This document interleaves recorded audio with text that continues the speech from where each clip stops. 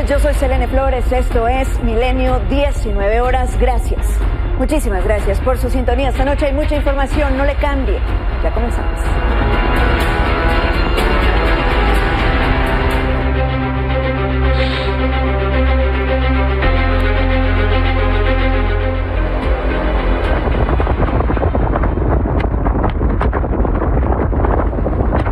Mejor nos vamos a sesionar a otro lado. Se pueden ir a sesionar a donde quieran, pero aquí en San Lázaro no lo van a hacer.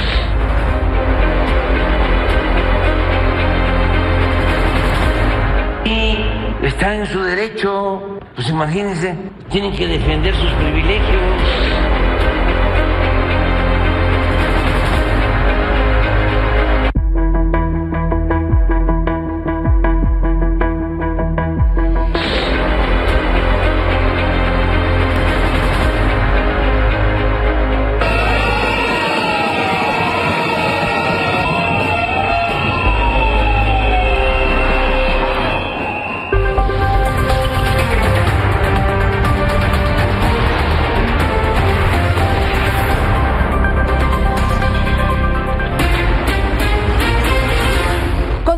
Resistencia en contra de la reforma al Poder Judicial.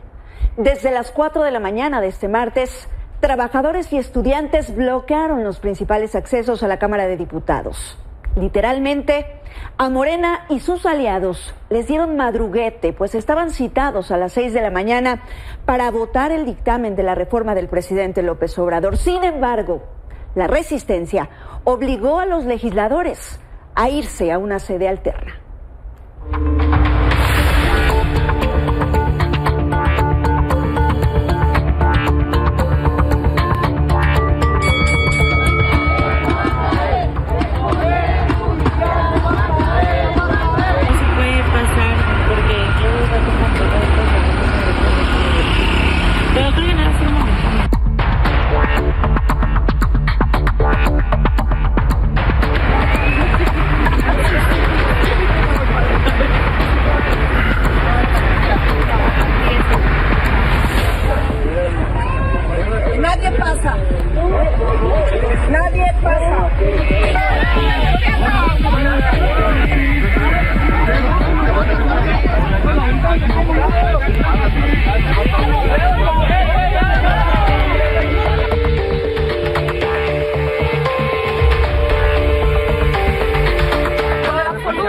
No van a entrar nadie aquí.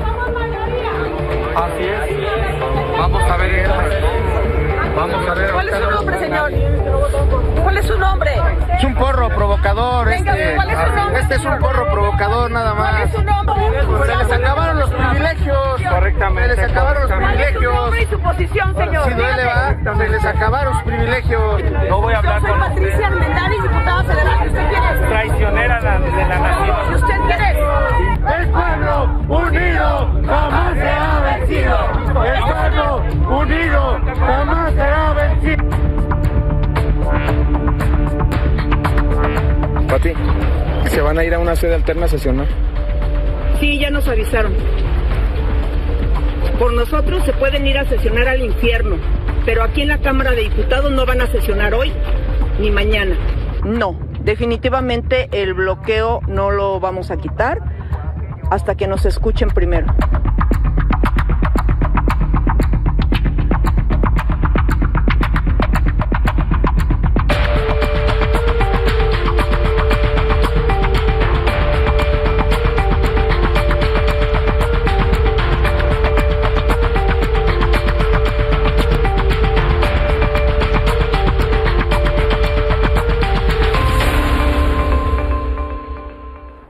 Y ante esta resistencia del Poder Judicial, ¿a dónde tuvieron que ir los diputados a sesionar? Como le decía, tuvieron que buscar de última hora y con mucha urgencia una sede alterna acondicionada en la sala de armas del Deportivo Magdalena Mixhuca. Y ahí se encuentra mi querida compañera Silvia Arellano, siguiendo toda esta sesión atípica.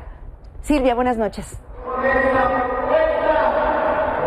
Hola, ¿qué tal, Selene? Muy buenas noches. Así es, como tú informas, pues nos encontramos justamente en esta sede alterna aquí en la Magdalena Mixhuca, Este ruido que se escucha es precisamente porque el coordinador de Morena, Ricardo Monreal, pues está justamente fijando la posición de su grupo parlamentario sobre esta reforma al Poder Judicial. Ha habido aplausos y porras hacia el coordinador. Te informo, Selene, que también debido a las condiciones en las que se está sesionando en esta sede alterna aquí en la alcaldía de Iztacalco, precisamente pues el diputado Gildardo Pérez de Movimiento Ciudadano solicitó al secretario, presidente en funciones, el morenista Sergio Gutiérrez Luna, que se hiciera pues que se viera el quórum precisamente de cuántos legisladores estaban presentes. Dijo que con nombre por bancada e incluso con identificación para ver si se cumplía con esta parte del reglamento. Sin embargo, el morenista pues simplemente dijo que para la secretaría sí estaba conformado pues este quórum. También, Selena, te puedo informar que pues ha habido bastantes posicionamientos sobre esta reforma al Poder Judicial. La oposición, por supuesto, pues se ha mantenido firme en que se debe de revisar este dictamen por parte de los nuevos legisladores, así como escuchar también las voces de los trabajadores que desde temprano pues han estado tanto en la sede de San Lázaro como en las afueras de esta sede alterna aquí en la Magdalena Mixhuca. Pero si te parece, vamos a escuchar y ver parte de lo que comentó, entre ellos el legislador del PAN, el senador, el diputado, Germán Martínez, que les dice que se van a dar un balazo en el pie si es que así aprueban esta reforma. Gracias. Pero de entrada, esta no es la sede en la que tendríamos que estar y ustedes lo saben. A nosotros no nos importa si es un gimnasio, si hace calor, si no hace calor, nos da lo mismo, hombre. A nosotros lo que nos importa es que no rompan la legalidad. ¿Cómo caramba sabemos que los que están sentados son los diputados por la que la gente votó? ¿Cómo caramba sabemos que van a votar ustedes y no cualquier otro que hayan metido? ¿Por qué no dan la cara? ¿Por qué no se presentan? Veo 4 identificaciones. Con eso no hay quórum. Que hay que pedirle a los compañeros de la oposición que revisen la ley de amparo, que revisen el artículo 61, por favor, para que ellos sepan que esta sesión no es ilegal, que el poder legislativo radica o reside esencialmente en las y los legisladores y no en los edificios. Silvia, pues vaya caos, vaya mercado el que se está viviendo ahí en esta sede alterna. Y es que entendemos, Silvia, que entre la molestia justamente de los legisladores es que pues tampoco se instalaron primero pues las comisiones donde se tendría que pues llevar pues esta iniciativa, este dictamen, ¿cierto? Sí, Selena, y justamente pues el argumento de los morenistas pues es que esta reforma, este dictamen pues ya se discutió la semana pasada en la Comisión de Puntos Constitucionales. Sin embargo, recordemos que estaba la anterior legislatura, fueron quienes la aprobaron, por lo que estos legisladores, estos nuevos diputados que apenas iniciaron sus trabajos este 1 de septiembre, pues no conocen por completo este dictamen. Incluso también los panistas sacaron algunas mantas precisamente pues para manifestarse en contra pues de esta reforma, Selene. Claro, era otra legislatura, por supuesto, eran otros legisladores y lo que quieren pues es conocer este dictamen. Vamos a escuchar un momento al coordinador de los diputados de Morena. Ahí está en vivo Ricardo Monreal. El pueblo está harto de la corrupción, del nepotismo, del tráfico de influencias, del conflicto de intereses en el Poder Judicial. Por eso respalda esta reforma y nosotros no vamos a titubear, vamos a ir a fondo con esta y las 20 reformas constitucionales. Nos asiste la razón histórica, nos asiste la razón moral, nos asiste la razón social.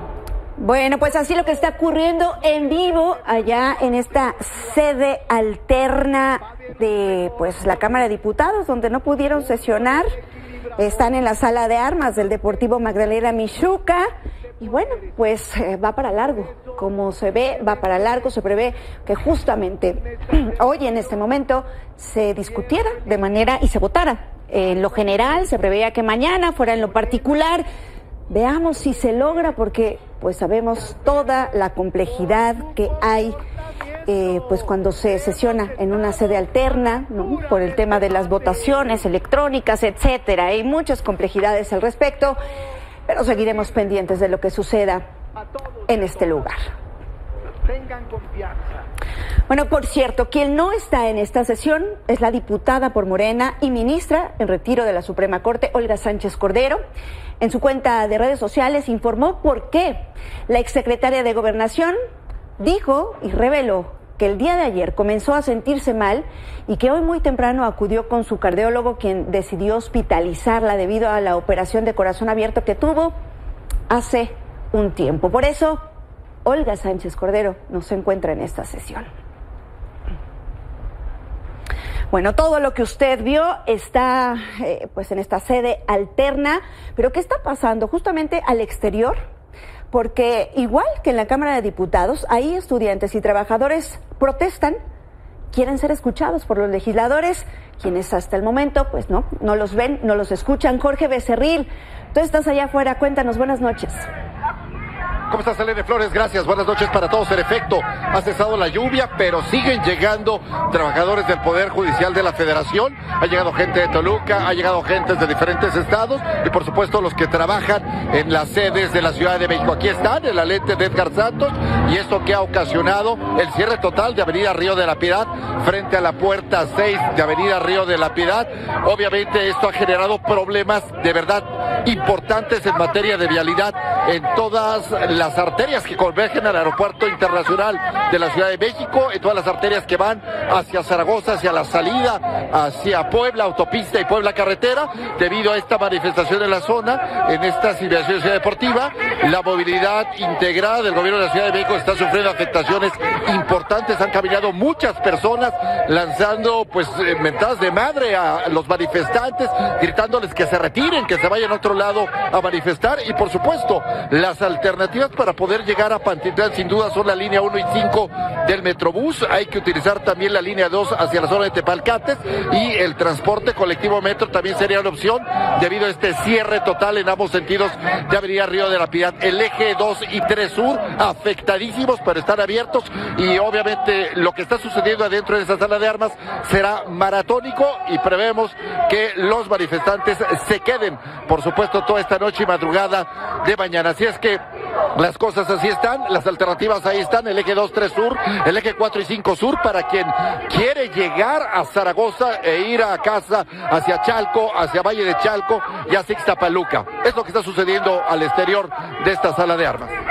Muy bien, Jorge Becerril, pues esta estampa que vemos aquí en la Ciudad de México, que la vemos en Cámara de Diputados, allá afuera de la sede alterna, es una estampa que vemos pues prácticamente en todo el país. Así están manifestándose los trabajadores del Poder Judicial, le decían, prácticamente todo el país. Pero gracias, Jorge Becerril, gracias, vamos a seguir pendientes de lo que suceda por allá. Le decía, pero en contraste allá en Veracruz, militantes de Morena salieron a defender la reforma al Poder Judicial.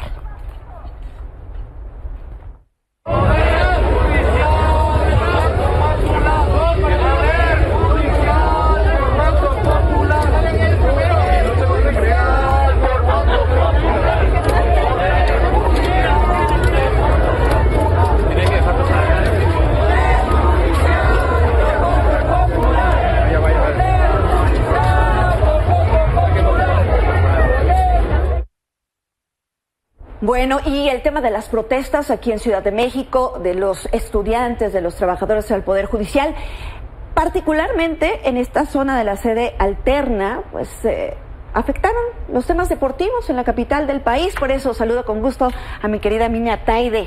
Buenas noches. Muy buenas noches, bien lo dices, ¿no? alcanza todo esto justo al tema deportivo, porque justo hoy se iba a llevar a cabo el juego 1 de la Serie del Rey entre los Diablos Rojos del México y Sultanes de Monterrey a las 7:05, pero lamentablemente, bueno, no se pudo realizar debido a estas protestas de las que se están hablando y que al final de cuentas no impidieron en este caso que la gente pudiera llegar al recinto, al estadio Alfredo Harp Elú. De hecho, la organización trató en cierto momento de buscar un acceso, ¿no?, junto a las distintas autoridades, pero al final no se consiguió. Algunos representantes de los medios de comunicación sí lograron llegar al recinto. Al final, te digo, pues lo que hicieron fue posponerlo para el día de mañana, y justamente se va a arrastrar un día prácticamente. Mañana arranca el juego 1 de la serie. Debido a todo esto, será a la misma hora, a las 19:05. El juego 2 será pues el próximo jueves, y así se recorre justamente un día. Recordemos que el juego 3 y el juego 4 pues pasa obviamente ya, bueno, se jugará en el Estadio Móvil Super de Monterrey, pero por el momento esta es la situación. De hecho, los que más mira, ahí estamos viendo el calendario cómo quedó. Te decía, para este miércoles y jueves el juego 1 y el juego 2. El juego de mañana es a las 7:05, a las 19 horas el del jueves. Pero te comentaba que al final también mucha gente pues se quedó con esa sensación de que quería ver el partido, sí, pero otros más se vieron afectados porque venían desde Monterrey. Claro. Y obviamente todo eso implica vuelo, implica hotel, implica comidas, o sea, implica un gasto mayor, ¿no? Y entonces muchos están viendo. Mañana, ¿cómo garantizar que no vuelva a suceder? Efectivamente, ¿no? Eso es lo que hay, una incertidumbre total alrededor de todo eso. Vamos a escuchar, mira, lo que decían los aficionados sobre todo este tema. Vamos a ver. Que nomás no entendemos por qué todavía fuera una cosa climatológica o alguna cosa, una urgencia, pero eso. Y pues se hace mucho esfuerzo para venir, y mira, ahí vamos a ver si podemos correr el vuelo para quedarnos al siguiente juego, a ver qué se puede. Pues nos íbamos a quedar hasta que se acabe el segundo juego y salir vuelo el jueves para ver el juego allá el viernes y el sábado, pues seguir toda la serie, pero pues bueno, ya se movió todo el panorama a ver qué se... Y es que muchas personas sí llegaban obviamente a través del metro, se les hacía un poquito menos complejo, ¿no?, que llegar obviamente en auto, que es donde me parece implicaba mayor riesgo, obviamente por todas las vialidades que estaban cerradas. Pero sí, mucha gente, como el señor decía, no, es que ¿por qué? Si el clima sí lo está permitiendo, porque recordemos que en el béisbol pues ha afectado muchísimo la lluvia, pero decían, esta es una situación externa, ¿no?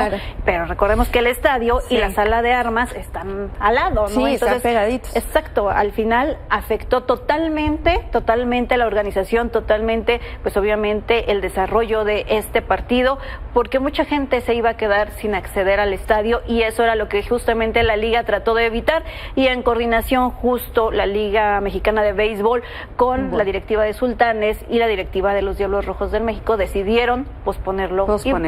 Bueno, pues ya veremos qué pasará mañana, porque pues insistimos, no hay garantías de que se pueda llevar a cabo este juego. Ahí están las protestas, continúan y todo indica que continuarán. Gracias, Mine. Muy buena noche. Buenas noches, gracias. Bueno, y mire, quien también se está preparando ya ante cualquier eventualidad, pues para discutir la reforma al Poder Judicial, pues ya son los senadores de la República. Hoy, pues aprobaron un acuerdo con 81 votos a favor, 41 en contra, pues para sesionar también en una sede alterna en caso de que se presenten movilizaciones rumbo al inmueble ubicado entre Insurgentes y Paseo de la Reforma. Lo hicieron de esta manera. Señor presidente, conforme al registro en el sistema electrónico, fueron registrados 78 votos, 3 de viva voz, un total de 81 votos a favor, 41 en contra y 0 abstención. Se aprueba por mayoría, señor presidente. Aprobado el acuerdo en relación con el desarrollo de sesiones en sitio diverso al Salón de Sesiones del Senado de la República. Comuníquese. Bueno, y siguiendo con este tema, con esta resistencia, en un hecho histórico y sin precedentes, 8 ministros de la Suprema Corte de Justicia de la Nación acordaron unirse a la suspensión de labores de los trabajadores del Poder Judicial. En sesión privada, los ministros Javier Lainez, Margarita Ríos, Alberto Pérez Dayán, Juan Luis González, Luis María Aguilar, Alfredo Gutiérrez Mena, Jorge Mario Pardo y la ministra presidenta Norma Piña votaron a favor de suspender labores. Solo las ministras Loreta Ortiz, Lenia Batres y Yasmín Esquivel se pronunciaron en contra. Tras la votación, la Corte instruyó mantener las guardias necesarias y atender solo asuntos urgentes sin que corran plazos hasta el lunes 9 de septiembre, día en que el Pleno tendrá una sesión privada donde valorarán la situación que prevalece para adoptar las medidas conducentes. Bueno, y parece que la figura de juicio político se volverá un recurso recurrente para la Cuarta Transformación. ¿Y por qué se lo digo? Porque luego de que se aprobara este paro de los ministros de la Corte, las ministras Yasmín Esquivel, Lenia Batres y Lorena Ortiz, afines, decíamos, a este movimiento, advirtieron que procede el juicio político, destitución e inhabilitación contra los ministros y servidores públicos que participan en este paro. Los 8 ministros que se pronunciaron a favor del paro lamentaron este pronunciamiento conjunto que calificaron como infundios, descalificaciones y amenazas de las ministras que ya le comenté. Aseguraron los trabajadores del Poder Judicial cuentan con la libertad de expresión, de reunión y asociación. Mientras, pues en entrevista con mis compañeros Cecilia Salamanca y Héctor Zamarrón, la ministra Lenia Batres explicó por qué el pronunciamiento de ella y los ministros de oposición. Pero peor aún en el caso de quienes somos los responsables de estos órganos. Existen varias responsabilidades penales e incluso muy específicamente nuestra Constitución prevé el juicio político en el caso en el que no cumplamos nuestras funciones. El Código Penal Federal prevé que es un delito cobrar una remuneración de cualquier persona servidora pública sin ejercer nuestras funciones. Entonces creemos que es un tema grave. Hay responsabilidad administrativa, penal y además política, efectivamente. Y hoy en la mañanera del presidente López Obrador, pues fue escenario para exhibir a los jueces Marta Eugenia Magaña López y Felipe Consuelo Soto, quienes otorgaron suspensiones para impedir, hasta ahora sin éxito, la discusión en diputados en torno a la reforma del Poder Judicial. El presidente señaló que los trabajadores de la Corte se van a paro en defensa de sus privilegios. Están en su derecho, imagínense, tienen que defender sus privilegios, están en su derecho. Entonces, si ahora se ponen en huelga, pues aunque no estemos de acuerdo, si entendemos de que están defendiendo sus intereses, agréguenle que no representan al pueblo. Y a todo esto, hoy el embajador de Estados Unidos en México, Ken Salazar, también volvió a advertir los riesgos que representa la reforma al Poder Judicial. Es que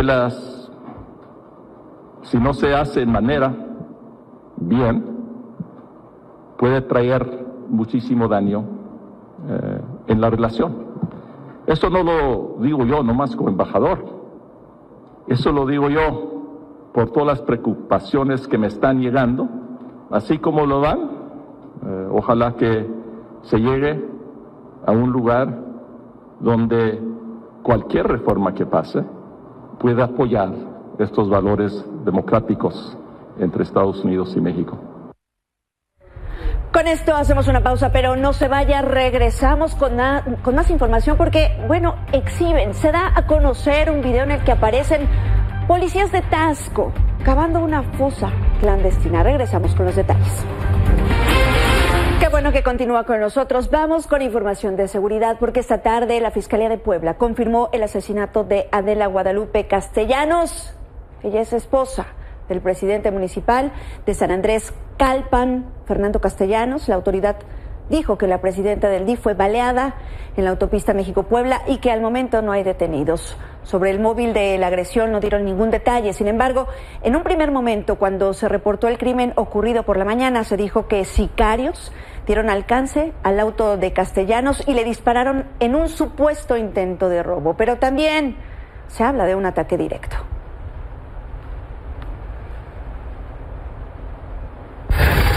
Vamos ahora hasta Guerrero porque luego de la detención de 10 policías de Taxco señalados por desaparición forzada y secuestro agravado, Ahora se dio a conocer un video en el que aparecen algunos policías cavando una fosa clandestina. Javier Trujillo, buenas noches.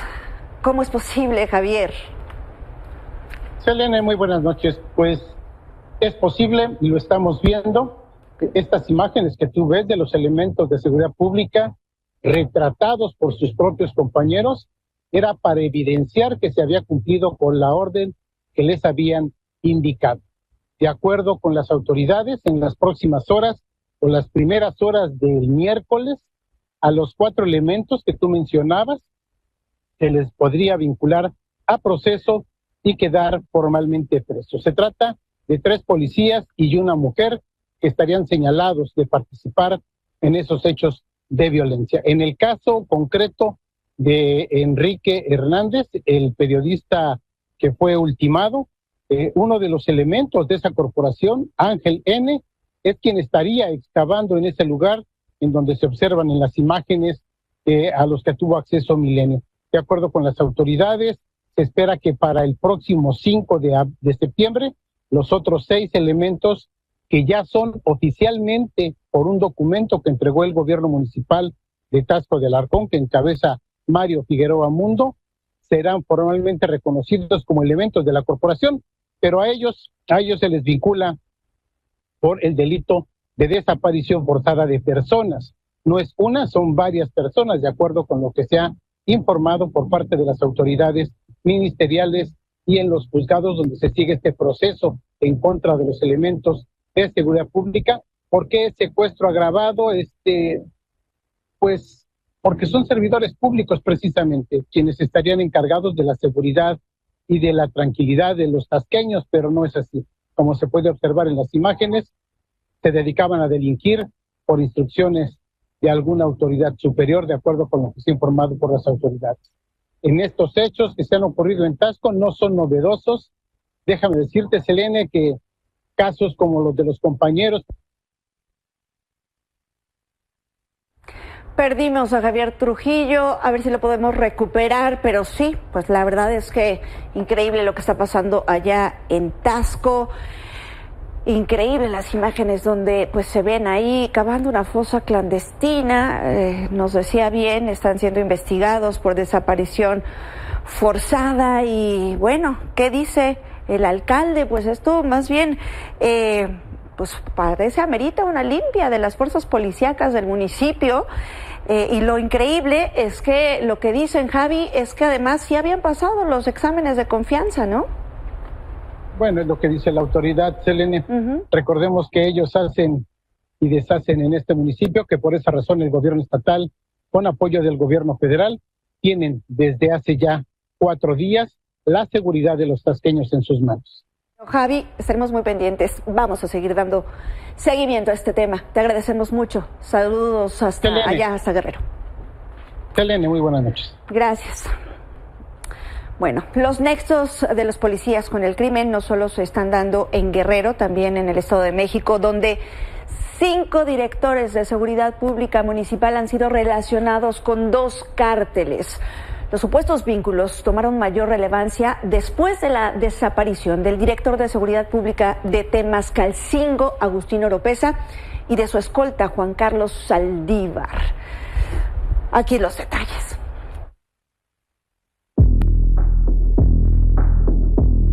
Investigaciones de las autoridades confirman que el narco logró penetrar y corromper algunos mandos de la Policía Municipal del Estado de México.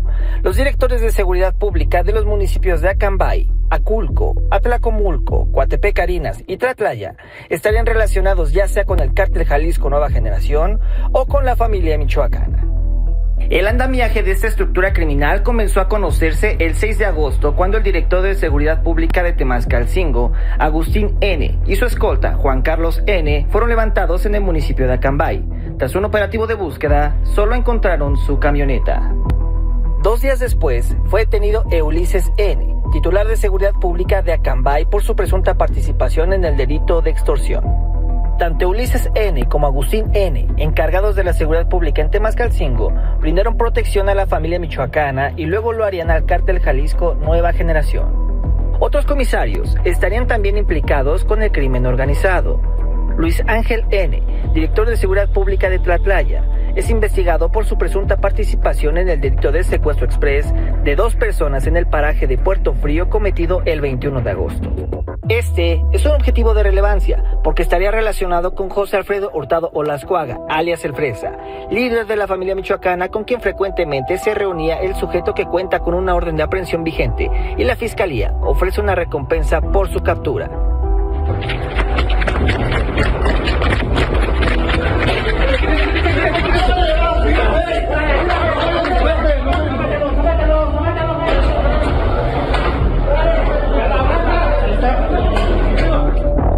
También fue detenido Juan N., comisario de Coatepec Carinas, vinculado con extorsión a comerciantes, a quienes pedía dinero a cambio de no hacerles daño y quien también está relacionado con un cártel michoacano. Tiene derecho a guardar silencio si su deseo declarar lo hará asistido de un defensor ante la autoridad competente. Tiene derecho a ser asistido por un defensor. Tiene derecho a hacer reconocimiento a un familiar o persona que desee. Usted es considerado inocente desde este momento hasta que se determine lo contrario. El último comisario que sigue prófugo es Justo N., director de Seguridad Pública de Atlacomulco. A él lo relacionan con actos de extorsión.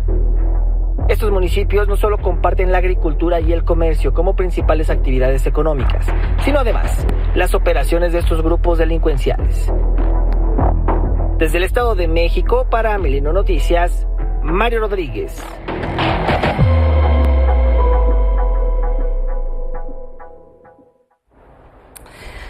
Y también en Chiapas, donde por amenazas del crimen organizado, este martes fueron cerradas las gasolineras de Ocosonautla, con lo que está suspendido el servicio de combustible.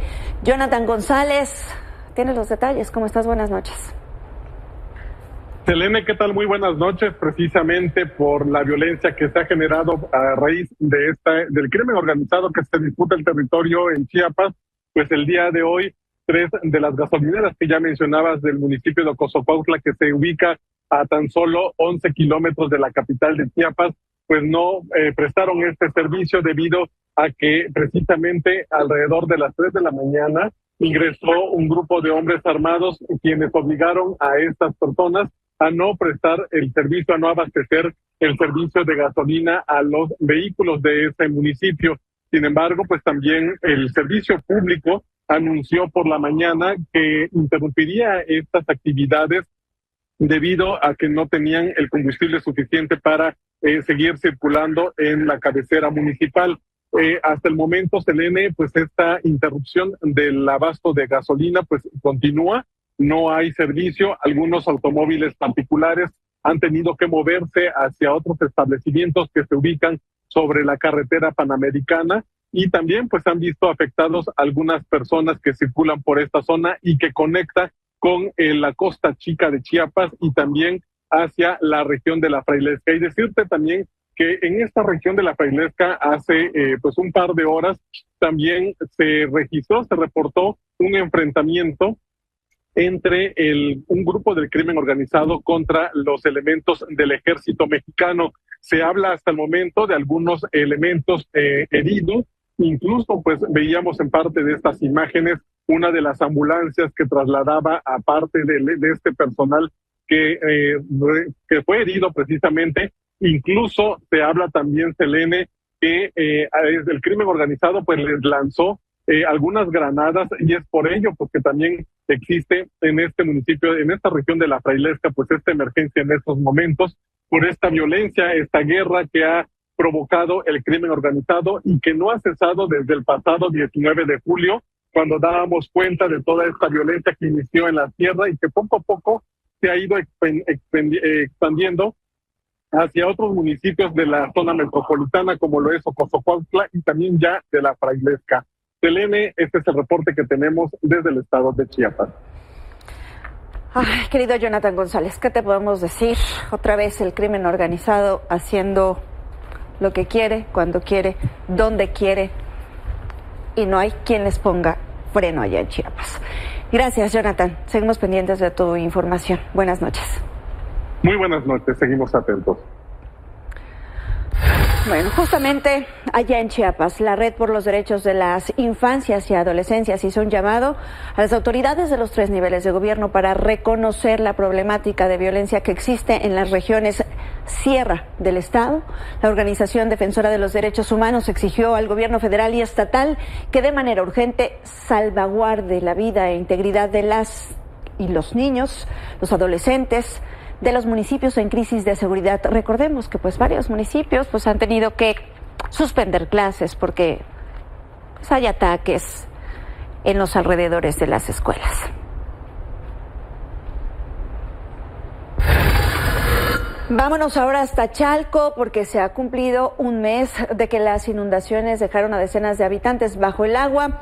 Las labores de limpieza no cesan, pero todavía hay zonas encharcadas, y es que aunque la semana pasada algunos habitantes lograron ver sus casas pues ya con un nivel más bajo del agua, la lluvia registrada en el Valle de México las últimas horas provoca que los niveles pues no puedan bajar, provoca que sigan subiendo más de 1 metro de altura, dejando a los vecinos en esta situación, una situación desesperada.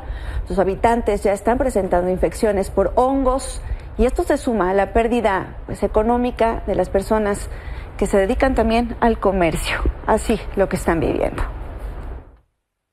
Ya hasta que se nos está haciendo costumbre porque no baja cualquier lluvia, luego aumenta el volumen del agua y inmediatamente nos llenamos, luego. Ya no nos queda de otra, tenemos que pues, aquí construimos lo poquito que pudimos, tenemos que seguir adelante, ojalá que este año ya se resuelva. No podía salir para ir al mercado, ahorita quiero ver si me dan consulta acá, tengo un hongo, me dijeron que tengo un hongo en el oído. Esto ya llegó a un límite y pues la verdad sí tienen que ver a fondo qué es lo que está pasando, porque en realidad ya esto ya es mucha intoxicación para todos, y más para los niños. Nosotros somos comerciantes y nuestras cosas se echaron a perder. 32 días y contando. Y en Zapopan, Jalisco, cerca de 31 vehículos se vieron afectados debido a las intensas lluvias de ayer. Las precipitaciones ocasionaron el desbordamiento del canal de Avenida Patria. También en diferentes puntos de la ciudad se registró la caída de árboles de más de 5 metros de altura, y esto afectó a diferentes vialidades de la zona. Pese al caos que dejaron las fuertes lluvias, no se reportan personas lesionadas. Con esto hacemos una pausa, pero no se vaya. Viene Fanny Miranda a hablarnos de medio ambiente. No se vaya.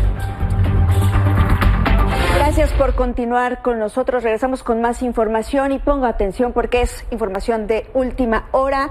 Autoridades reportan agua contaminada. No, perdón, estoy con otra cosa. Esta imagen que está viendo, están reportando justamente un operativo.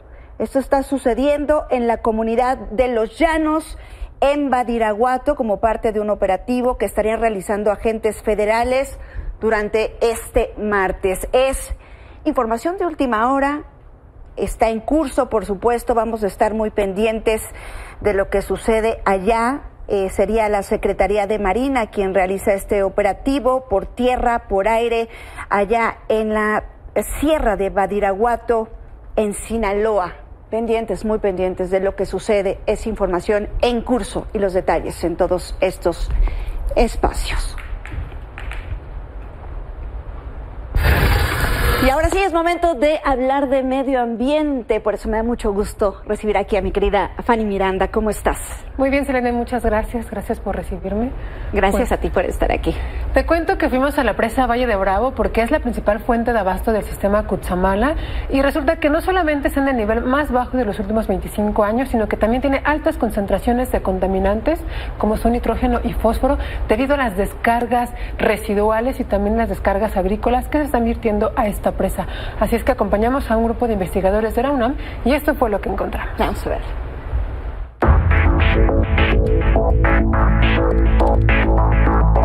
De repente parece que disminuye la contaminación en el agua, pero hemos descubierto que es porque se va hacia el fondo. El agua de la presa Valle de Bravo está totalmente verde, lo que indica un severo problema de contaminación. Son microalgas tóxicas que se producen por las altas concentraciones de nitrógeno y fósforo de las descargas sanitarias y agrícolas que se vierten al embalse. Estas condiciones de bajo nivel, lo que tenemos es justo una especie de concentración del fitoplancton con una dominancia que empezó con diatomeas, que es fitoplancton sano, a estas cianobacterias con una gran potencialidad tóxica. Y esto es un grave riesgo para los pobladores locales y para la potabilización y pobladores en la Ciudad de México, porque esas especies tienen la potencialidad de generar toxinas que afectan el hígado, el sistema nervioso central o que generan dermatitis aguda.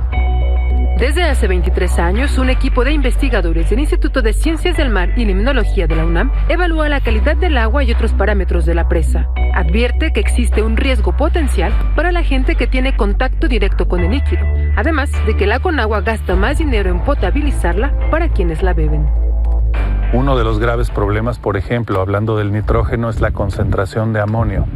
Cuando esa concentración es sumamente alta, en la potabilizadora tienen que invertir mayores cantidades de cloro, por ejemplo, para poderlo eliminar. Entonces estamos hablando también de un sistema muy efectivo final, de producto final de potabilización, pero de costos que van incrementándose conforme la calidad del agua empeora. Sumado a la contaminación, la crisis por la sequía continúa. Si ven esa pared aquí a la izquierda y toda esta parte de vegetación que ya se ha desarrollado es precisamente debido al descenso del nivel.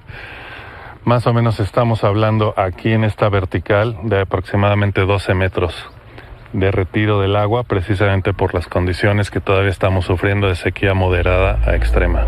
Tras 4 años de sequía, el nivel de la presa Valle de Bravo ha comenzado a elevarse a cuentagotas. Está al 36% de su capacidad, pero de acuerdo al promedio histórico, para esta temporada tendría que rebasar el 70%. Además, esta baja del nivel generó otro problema: mayor emisión de gases de efecto invernadero. Estamos midiendo las emisiones del suelo que se descubrió por la bajada de nivel. Nos dimos cuenta que el lodo emitía importantes cantidades de óxido nitroso, dióxido de carbono y metano, que son los principales gases de efecto invernadero. Se producen si existe, particularmente el metano, si existe materia orgánica y anaerobiosis, es decir, no hay oxígeno. En el caso de Valle de Bravo, en los sedimentos, es decir, en todo el fondo del ecosistema, hay mucha materia orgánica que viene de la actividad humana, como son drenajes. Con imágenes de Alejandro Nolasco, para Milenio Noticias, Fanny Miranda.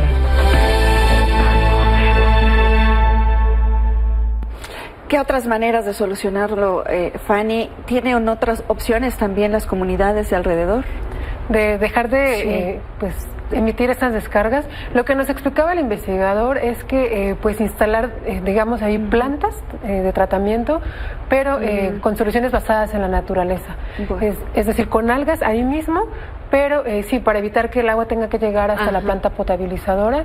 Y bueno, también es que el manejo de los recursos del agua en este caso pues no está siendo bien tratado, porque están descargando directamente a la presa. Lo ideal sería que no ocurriera esto, ¿no? Pero sí hay soluciones basadas en la naturaleza. Y bueno, hablando del Cutzamala, pues... Hablando de presas, las 3 principales presas del sistema Cutzamala registran un aumento muy, muy bajito, apenas superaron el 45%. Esto es un aumento de 3% con respecto a la semana anterior, así que para el día hoy se reporta que están al 45.7%. Esto es 357 millones de metros cúbicos, pero el déficit es importante. Tienen un déficit del 35%, dado que en esta fecha tendrían que estar en más del 70% de llenado y apenas estamos al 45%. Bueno, así que sigue siendo histórico esto. Histórico, y seguimos en crisis. Hay que poner atención en esto. Muchas gracias, como siempre, Fanny Miranda. Nos vemos aquí la próxima semana. Claro que sí. Gracias. Hasta pronto. Gracias. Bueno, con eso hacemos una nueva pausa, pero lo dejo con las imágenes del encendido del alumbrado patrio en el Zócalo capitalino, el centro histórico de la Ciudad de México, con lo que pues da inicio ya las celebraciones con motivo del 214 aniversario del Grito de Independencia. Y hablemos de negocios, porque hace unos días se publicó un decreto de Martí Batres, el jefe de gobierno de la Ciudad de México, sobre la propiedad privada. Ana Cari Martínez, explícanos, por favor, cuáles serían las implicaciones de este decreto. ¿Qué tal, Selene? Muy buenas noches. Así es, luego de que el jefe de gobierno, Martí Batres, anunciara este cambio en la Constitución de Ciudad de México sobre la propiedad privada, muchos se preguntan de qué va y sobre todo cómo nos puede afectar. Y es que este cambio se hizo en el inciso A de la Constitución de Ciudad de México, cuyo objetivo es armonizar, es decir, que sean iguales la Constitución de Ciudad de México con la Constitución Federal. En términos generales, la redacción de la Constitución de Ciudad de México decía que la Ciudad de México asume como principios el respeto a la propiedad privada. Ahora, con este cambio se lee que la Ciudad de México asume como principios el respeto a la propiedad en los mismos términos del artículo 27 de la Constitución Federal. ¿Pero de qué va este artículo? Bueno, resulta que señala que la propiedad de las tierras y las aguas que se encuentran dentro de los límites del territorio nacional corresponden a la nación, la cual podrá transmitir los derechos de estos a los particulares, a los privados, a través de expropiaciones por causas de utilidad pública y social, siempre con una indemnización. La forma en que este decreto va a afectar a los ciudadanos es que ahora el gobierno de Ciudad de México podrá expropiar bienes de cualquier persona o sociedad, lo que pueden ser terrenos o incluso viviendas, con el argumento de que los intereses sociales y comunitarios están por encima de cualquier interés privado. Además, la expropiación de bienes, como te mencionaba, se hará siempre a través del pago de una indemnización para el ciudadano o la sociedad a quien se le haya despojado de dicho inmueble, algo que ya sucede en el país bajo el amparo del artículo 27 de la Constitución Federal. Martí Batres aseguró que con este cambio se evitará que el Poder Judicial pueda realizar interpretaciones de las normas locales a favor de grupos económicos más poderosos. Así que bueno, en suma, se pueden expropiar ya terrenos como se hacía en el país, ahora aquí en Ciudad de México, Selene. Bueno, pues ahí la información y bueno, pues confiando que pues estos decretos se hagan de manera responsable, que es lo que preocupa pues a algunos ciudadanos, ¿no, Cari?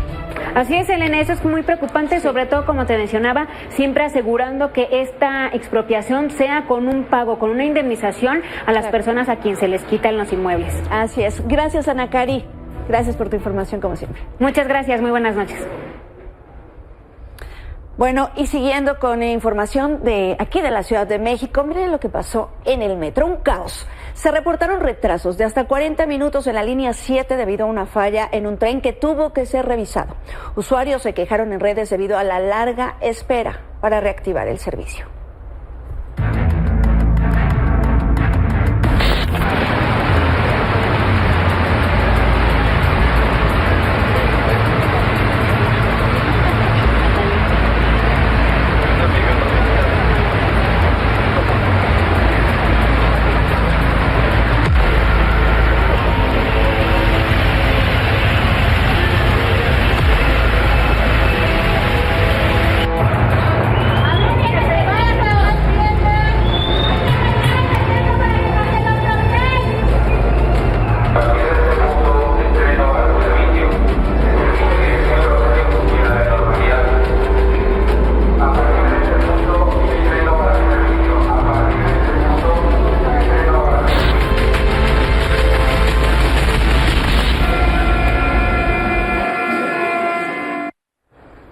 Y ya le adelantábamos lo que está sucediendo en Sinaloa, donde se reporta un operativo en Badiraguato tras la visita del gobernador Rubén Rocha Moya. Manuel Aceves, tienes más detalles de este operativo. Buenas noches.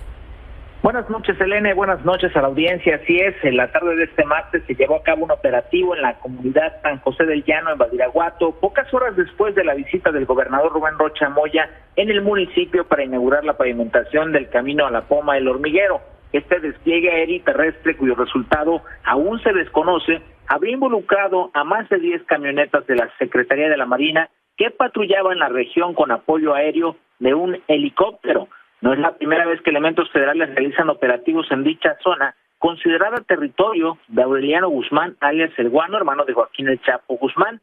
Este tipo de operativos en la región de Badiraguato no son infrecuentes, especialmente en zonas consideradas de alta relevancia para el narcotráfico. De acuerdo a fuentes confiables de la Secretaría de Seguridad Pública, se tiene conocimiento de que los elementos de la Secretaría de Marina Armada de México Efectivamente están realizando sobrevuelos en algunas zonas del municipio serrano de Badiraguato, los cuales pues dicen son de forma rutinaria, es lo que se menciona hasta el momento.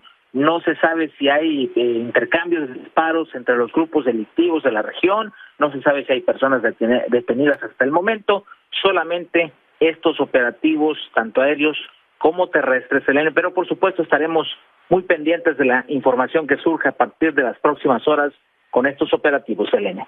Pues así es, Manuel Aceves, fuerte el operativo que vimos por tierra, por aire, por supuesto, pues desató las alarmas, digamos, no es para menos por lo que ha estado ocurriendo en Sinaloa, pero puntualizas, se debe a la visita del gobernador, ¿verdad? No es como tal, es un operativo separado. La visita del gobernador fue más temprano. Sin embargo, este operativo forma parte precisamente de trabajos que está haciendo la Secretaría de Marina en el municipio serrano. Son hechos independientes, pero coincide con la visita también del gobernador, Selene. Bueno, pues con esta información que está corriendo todavía, pues no se alcanza a entender entonces pues el fin de esta movilización, de este operativo, pero seguramente conforme pasen las horas tendremos más detalles. Manuel Aceves, gracias por tu información y gracias a usted por su sintonía. Si la vida lo permite, nos encontramos en este mismo espacio mañana. Descanse.